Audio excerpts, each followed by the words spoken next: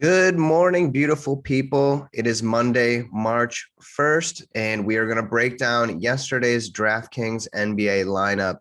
I actually put in two lineups, and they both did fairly well. I did cash, and I would have hit huge last night if it weren't for a few things. So we're going to go over what went wrong and what went right, and we're going to do that right now. So basically, last night's slate. Here's the first lineup I want to go over. And I want to say so I scored 277, 278, and for the majority of the night I was in first place. So I'm like, you know what? This is DFS. Anything can happen. It's those 10 o'clock, 10 o'clock games that really can, put you back down and maybe even fall out of the contest. And I knew that going in, obviously. So you never want to get too excited. You don't want to be watching on your phone or on your computer because literally anything can change in 1 second in daily fantasy sports. So this is the lineup I went with. I didn't use any builders or anything like that. I just did some research in the morning, paid attention to the news that came out throughout the day, and then just kind of you got to go with your gut. And sometimes it pays off, sometimes it does not. But really, when you're making these lineups, you want to ask yourself, is this the right move to win? You're not putting in players, you're putting in lineups. So you're building these lineups, and what will work? You want to leverage those higher priced guys, and you just have to kind of nail which one you think is going to do great that day or that night. And those lower owned or lower salary guys, sometimes you don't need them to hit 30, 40 points. You just need them to get 20. You know what I mean? And I'll explain as I go. So last night, there's a bunch of news that came out about Atlanta. Like, there was guys that weren't going to play and, young guys that were going to start. So there's a lot of Atlanta news that broke out. And not Atlanta, the Heat, I should say, Miami Heat. They played Atlanta. So my thought was I wanted to try to get a little contrarian. I've been watching a lot of Celtics games this year, so I've been kind of paying attention to, their gameplay a lot. And the Wizards have actually been playing pretty well. So I wanted to get Westbrook and Beal in there, and Beal absolutely paid off. Westbrook too. I mean, honestly, Beal went for 46 points. I think he's got 10 straight games with over 40 points. He doesn't really do that much else, but the 7 rebounds was huge. 2 steals, a block. Phenomenal.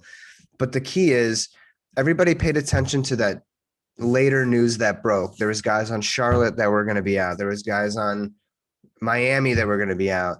And those games can help you in many ways because it opens up a lot of value on the slate, but those games can also break you. And some of those guys who do end up starting only get you 20, 25 points. And really you needed them to get 35, 40 points. So I wanted to get a little bit different. I went with Westbrook. I went with Beal. They both crushed it. Both in this particular contest, a single entry contest, they both were owned 5% and 5.6% and have had big games. So right there, you're in a good spot. You're setting yourself up. And then I played Burton's, and 1% of people played Burton's, and he was actually questionable before the game even started. I went with my gut. I really wanted to get him in there because he primarily is a 3-point shooter. And watching the Celtics all season long, they've been giving up they've been giving up the 3-point shot a lot. And I don't know if you know, a few games ago, but when they played Atlanta, they gave up, I think it was 10 threes to Danilo Ganari. And so I was kind of hoping for the same thing. He ends up hitting 5 threes, 20 points, 2 rebounds, 28. Absolutely love it. 4.8 was his price tag. I wasn't in love with that, and then Kemba Walker kind of ran it back. And I'm finding that, and this is something I'm going to experiment with as well, is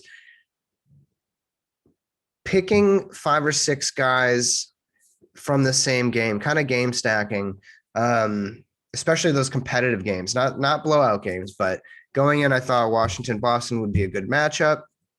And so Kemba Walker was in there. You know, he had Jaylen Brown out, 43 points, huge, but 54% owned, which is fine. He had a huge game. That's exactly what I needed.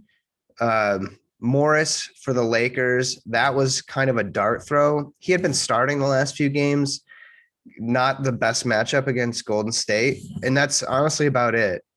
He ends up getting 30 points. I don't even know if he played the fourth quarter because the Lakers were just crushing the Warriors. But had he played, he probably would have got a double-double. But 30 points for a 3,400 salary player is phenomenal. And then I wanted that late night hammer. I went with Bridges. He didn't start. And at that moment, I didn't want to pivot to anybody else. I was going to stick with my gut because even though he was not starting, he may finish or play big minutes off the bench because, a lot of those young guys who are starting, you see them in there, they go for like 5-6 minutes and then they get pulled. So I went with my gut. He was almost 30% owned. So clearly I wasn't the only one thinking this, but he almost goes for a double-double, but he hits a few threes, 31, 32 points. Awesome. But this is where I went wrong. And this is where I won $0 in this contest. So I went with a very expensive Sadiq Bey. I was banking on the fact that the Knicks were playing a back-to-back and they were a little banged up, that Detroit would kind of go on a run. They got a lot of young guys out there. I thought they'd be shooting the ball. Bey only gets like 3 points in the first half. And I'm like, great. Like, there goes that lineup.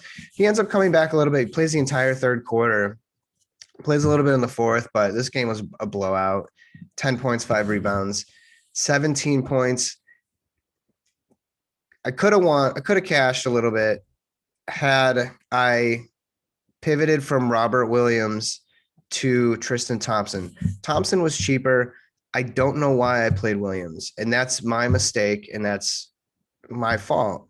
And had I played Thompson, he would have got me more points. He was starting. He was going to close. I don't know why I played Williams over him. He was more expensive. Didn't make sense.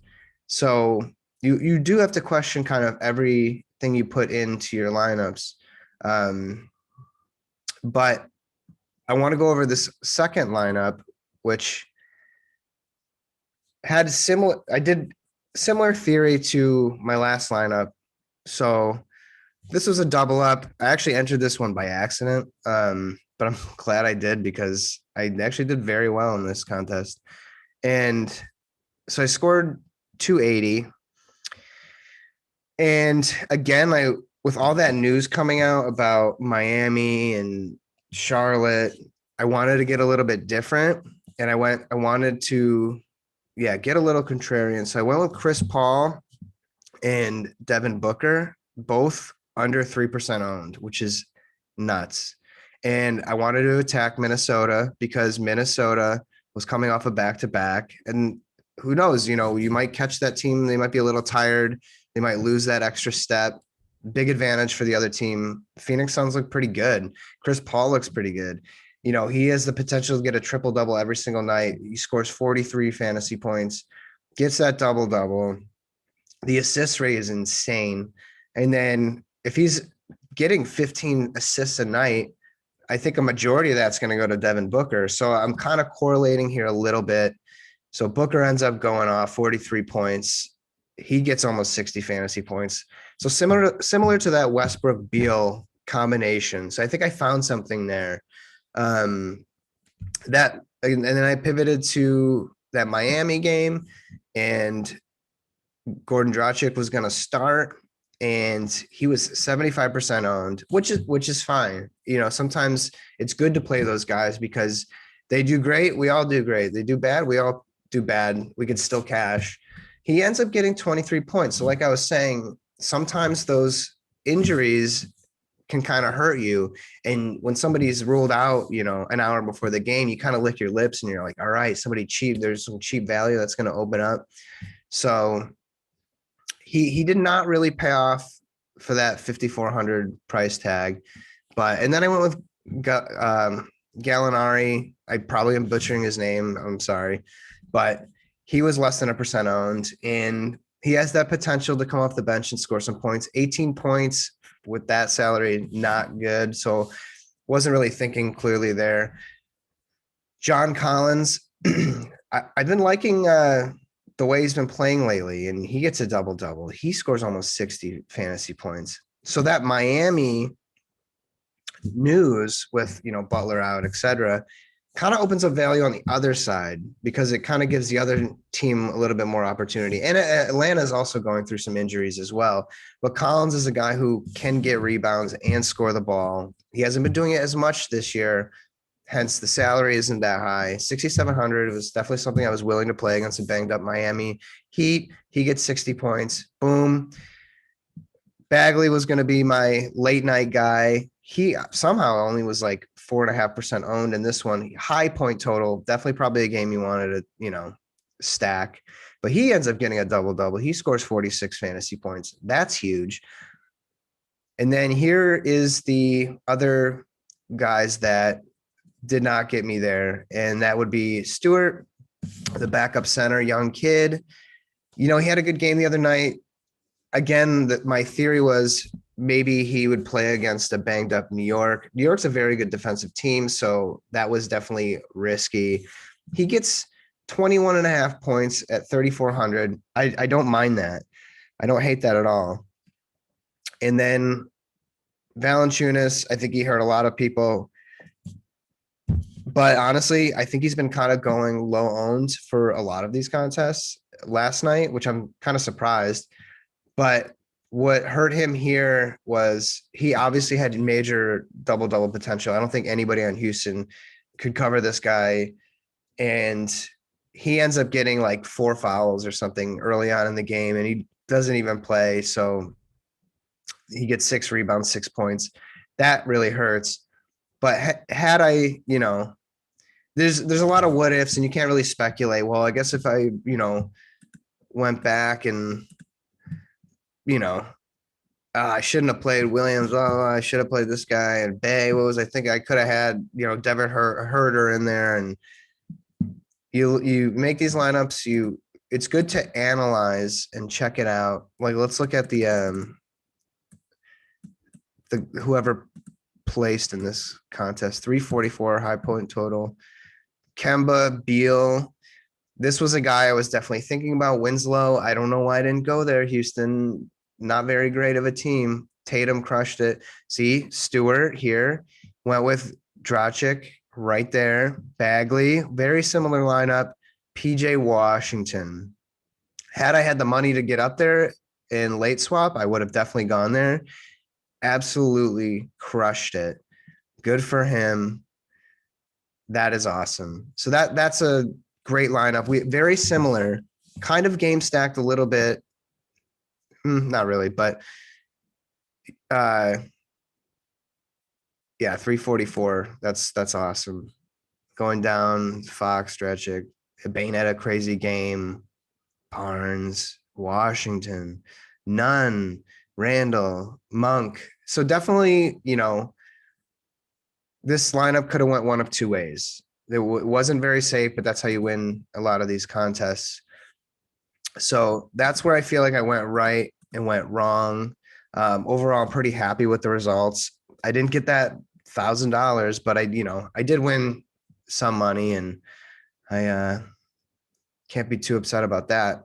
So briefly, I guess I'll just go over the slate for tonight. Probably a lot of injuries, but we're going to go look at Dallas, Orlando. Luka at 10-7 looks pretty good. Michael Carter Williams, Fournier, Ross, too expensive, I think. I like Brunson here. I wouldn't, kind of like a second option or whatever. Richardson, no thanks. No thanks. So Luka looks awesome there. Indy, Philly. Brogdon is questionable. If he misses, I probably would go. If Brogdon misses this game, I really love TJ McConnell here at 6,100. I don't care. I think he played like 46 minutes in a non-overtime game. That's like insane. He's a guy I actually do like to play a lot. He may be boring to a lot of people, but I do like to play him. He generally goes pretty low owned, but if Brogdon misses, I expect some ownership to be there, but that's probably somebody I would likely go to. Um, Simmons definitely been underrated this year. At 8-8, that's not bad. You know, only if, especially if Embiid were to miss, Sabonis is kind of expensive, but maybe the ownership will be kind of low on him. Again, though, like I don't think I've had really a good time going up against Philly this year or playing Philly guys, except for like Embiid. Even like Simmons has kind of hurt me a little bit, but you can't think that way. Every day is different. So, but Embiid looks pretty awesome there. Chicago, Denver. If they even play this game, I don't know what's going on with it. It was canceled the other night. So I don't know if these are going to be true outs or not, but maybe a game I would stay away from. I don't know. It's probably too early to say. There's a lot of out tags here, but maybe somebody you can look at on Denver is Michael Porter Jr. I don't really trust him, but he's been kind of lighting it up, over 30 points in the last 3 games. Definitely a guy who can shoot from the 3. Denver has some injuries, so he's definitely going to get minutes. Not a bad option, but not the safest option. Utah, New Orleans. Zion has been playing on another level lately. I don't know what's been going on or what's in his water, but for $9,000, you can't really go wrong. Ingram, not bad. Rudy Gobert is always like in the 7K range, and he pretty much just gets you like 30 to 40 points each time. Maybe he'll sprinkle in that 55-point game, if you're lucky. But, a lot of you are probably like, oh, every time I play him, he gets me 29. But fantastic player. Can't really go wrong. Kind of a safe option. Other than that, Clarkson's not, he's just, these guys are so consistent. Like they just get you like 30 points. And I don't know if that may be boring to you in tournaments or whatnot. Josh Hart can get you rebounds. Sometimes he has huge games. I don't mind Derek Favors really at all at 3-4. He, back up minutes, but kind of just like Dwight Howard, like there's games where he can get you 20, 25 points. Lonzo Ball, sometimes I like to play him, sometimes I don't. Just stay away. Brooklyn and the Spurs. Irving at 9,100 looks pretty damn good, I must say. And then I don't know who's going to be playing, who's not going to be playing for the Spurs. Your guess is as good as mine, but they definitely have injuries. And I know a lot of people have been playing Harden lately, and he's been burning a lot of people. Either Brooklyn is blowing out the other team or they're being blown out. At 11,000, that's pretty expensive. That's up to you. He does have that massive ceiling. So other than that, I actually kind of do like Bruce Brown, even though Kyrie's back. Just kind of almost getting that 30 points. Got 40 the other day. He's been starting. He's been getting minutes. I don't mind that, especially against an injured San Antonio team. Maybe a lot of guys are going to be going after the Spurs. So that kind of opens up a little bit of value on the other side of the ball because the other team's got to score points too. Let's get it Embiid out of there. Cleveland, Houston. Houston on a back-to-back. So Wall might sit. That's a potential. Oladipo is back. Not sure if he played last night or not. And then you have these other Cleveland guys, Sexton, Garland. I think they're fine, honestly. As the day kind of opens up, those might be the guys that I go to when other people are going for the other cheaper value that may hurt you or may help you. So just kind of keep an eye on Cleveland. Like they're not sexy at all, but Jared Allen is pretty sexy. So he's been absolutely crushing it. 33, like I said, against Philly. You don't want to go against Philly, but 61, 45, 56, 43. I think they found their guy. I think he's going to be their center. And at 8.5, I love it. It's kind of a pivot. He might be higher owned, but who cares? 8.5, he's going to get you 40, 50 points. I absolutely love it. And then lastly, Charlotte on the back-to-back against Portland. I don't know. I don't know what's going to go on for Charlotte. I think Rozier actually disappointed a lot of people last night. 17 points. He was hot earlier in the week, and then he kind of came crashing down to earth. So 8,000's probably too expensive if you really want to get contrarian, but blow a couple thousand extra dollars, then you can go there. Maybe Malik Monk at 5.5. You just don't know what you're going to get from him. Hayward might be back. I know he was doubtful yesterday, did not play. Probably wouldn't go there anyway.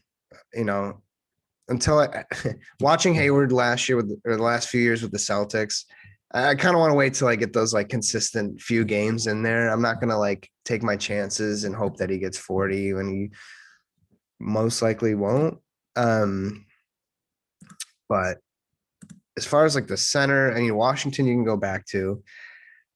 A lot of guys are playing Biyombo. I would not. I feel like people are getting kind of excited about him. I don't know why, but Bridges again, solid.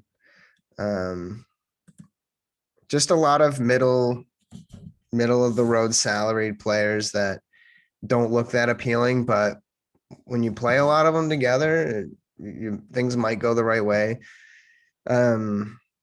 Covington's price dropped a lot. But he also hasn't been scoring the ball a lot. So probably not a guy I would go to. Jones, maybe a little too expensive. Anthony, I like off the bench. His salary is kind of creeping up a little bit. Back into the 5K range. I don't know. I don't really like a lot on this team. Lillard might be the guy at 10.4. Pretty decent matchup. Attacking that team on the back-to-back might be the goal. But anyway, take a look. Definitely pay attention to news that breaks. And when you're building your lineups, you have potential, right? And then you just have to when you pick your lineup and construct it, is this the right guy? Is this the right fit? Is Chris Paul right against Minnesota? Ownership will probably be low. Probably will get you 40 points. I think that is a good fit. And then you kind of go down position to position. I find myself in the past trying to squeeze guys in, and sometimes it just doesn't work, and you can't play your favorites, and you just have to be open-minded and play those guys that aren't that appealing. But there's maybe a reason why you are playing them, like, yesterday's slate, Burton's, why would anyone play him, right? Like, especially he's kind of banged up. But I knew against Boston, he had a good chance of hitting a bunch of threes, and he almost got 30 fantasy points. So that is pretty good. Then I went to Bay for no reason other than the fact that I thought the Knicks would be bad last night, and they weren't. They actually look pretty damn good this year. So that was a huge mistake. Just right before lock, kind of look at your lineups and be like, is this going to win? Is this going to hit tonight? Is this not? And I'll leave that with you. But I'm excited for tonight's slate. Good luck. I wish you the best. If this helped you in any way, definitely give me a thumbs up. And if there's things that you want me to do or talk about, definitely feel free to leave a comment. Subscribe. I'm going to be doing these videos daily. I'm also going to be doing a lot of MLB content. I started yesterday with the spring training video. I'll have another spring training video out later today just to kind of get a feel for those contests. And yeah, thank you so much for watching. I wish you the best. Happy Monday. Good luck on today's slate and have a great day.